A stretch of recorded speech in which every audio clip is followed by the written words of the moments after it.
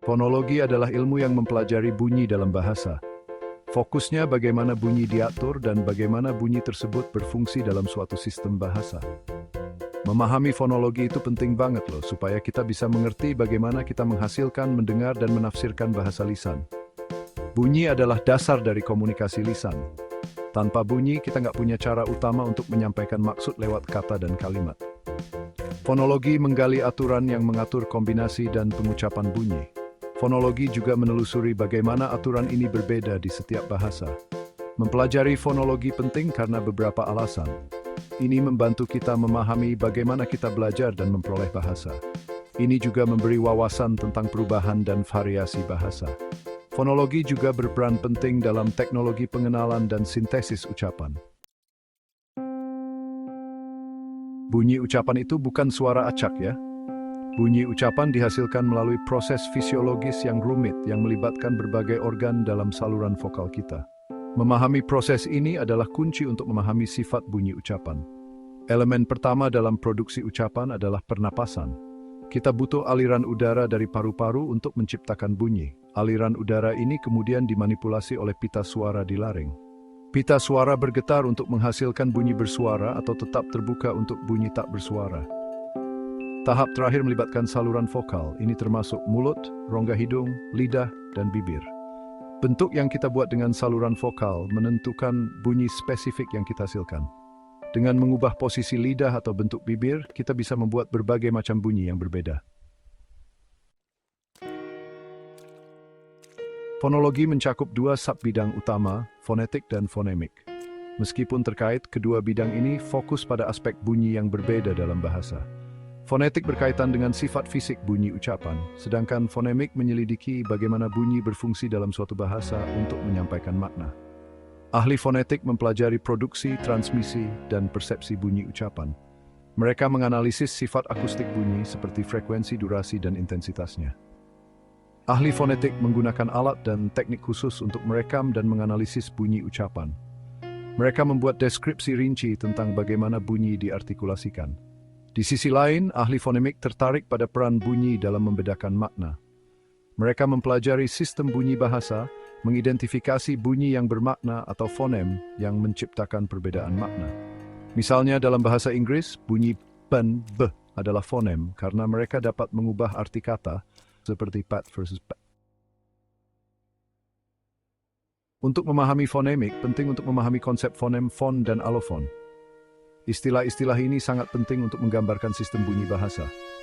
Fonem adalah unit bunyi terkecil yang dapat membedakan makna dalam suatu bahasa. Ini adalah representasi abstrak dari suatu bunyi.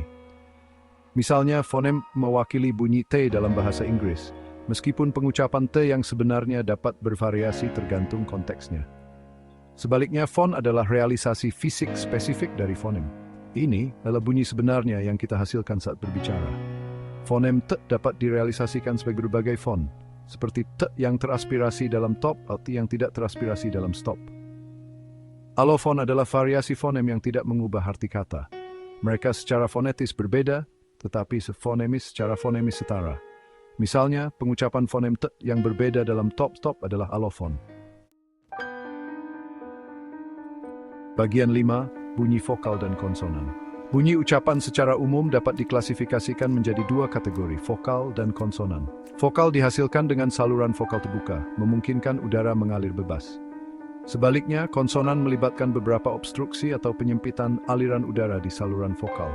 Vokal dicirikan oleh ketinggian, posisi belakang, dan pembulatan. Ketinggian mengacu pada posisi lidah di mulut, apakah tinggi, sedang, atau rendah. Posisi belakang menggambarkan apakah lidah diposisikan ke arah depan, tengah, atau belakang mulut. Pembulatan menunjukkan apakah bibir dibulatkan atau tidak. Konsonan diklasifikasikan berdasarkan tempat artikulasi, cara artikulasi, dan penyuaraan. Tempat artikulasi mengacu pada di mana di saluran vokal aliran udara disempitkan, seperti bibir, gigi, atau alveolar ridge. Cara artikulasi menggambarkan bagaimana aliran udara disempitkan, misalnya sebagai stop, fricative, atau nasal. En duirrecht stinde crepusivarium des summa produksingen.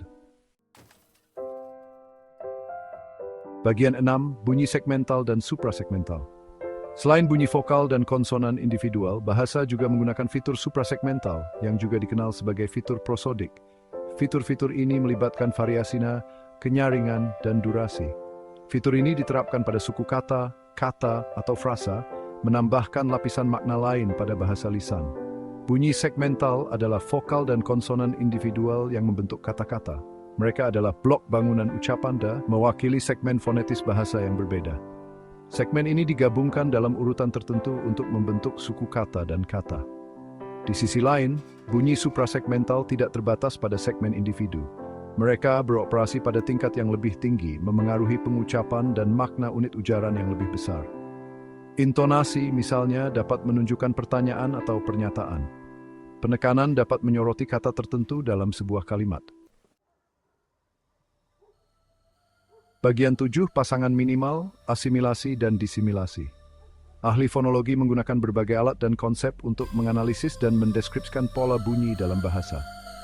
Pasangan minimal, asimilasi dan disimilasi adalah contoh konsep semacam itu yang membantu kita memahami bagaimana bunyi berinteraksi dan berubah dalam suatu bahasa. Pasangan minimal adalah pasangan kata yang hanya berbeda satu bunyi atau fonem pada posisi yang sama. Misalnya, pat dan bat membentuk pasangan minimal menunjukkan bahwa p dan b adalah fonem yang berbeda dalam bahasa Inggris. Pasangan minimal berguna untuk mengidentifikasi fonem suatu bahasa. Asimilasi terjadi ketika suatu bunyi menjadi lebih mirip dengan bunyi di sebelahnya. Proses ini sering terjadi secara tidak sadar dan dapat mengaruhi pengucapan kata. Misalnya, dalam ucapan cepat, handbag mungkin diucapkan sebagai hambak dengan n berasimilasi dengan bunyi b berikutnya. Disimilasi adalah kebalikan dari asimilasi. Itu terjadi ketika suatu bunyi menjadi kurang mirip dengan bunyi di sebelahnya. Proses ini dapat terjadi untuk membuat kata lebih mudah diucapkan atau untuk menghindari pengulangan bunyi yang serupa. Misalnya kata February terkadang diucapkan sebagai February dengan bunyi kedua berdisimilasi dari yang pertama. Adalah pentingnya pola bunyi dalam bahasa. Setiap bahasa memiliki seperangkat aturannya sendiri yang mengatur kombinasi dan pengucapan bunyi. Aturan-aturan ini, yang dikenal sebagai batasan fonotaktis, menentukan urutan bunyi mana yang diizinkan dalam suatu bahasa. Memahami pola-pola ini sangat penting untuk menguasai pengucapan suatu bahasa. Misalnya, bahasa Inggris mengizinkan kluster konsonan seperti str di awal kata, seperti street. Namun, kluster ini tidak diizinkan dalam semua bahasa.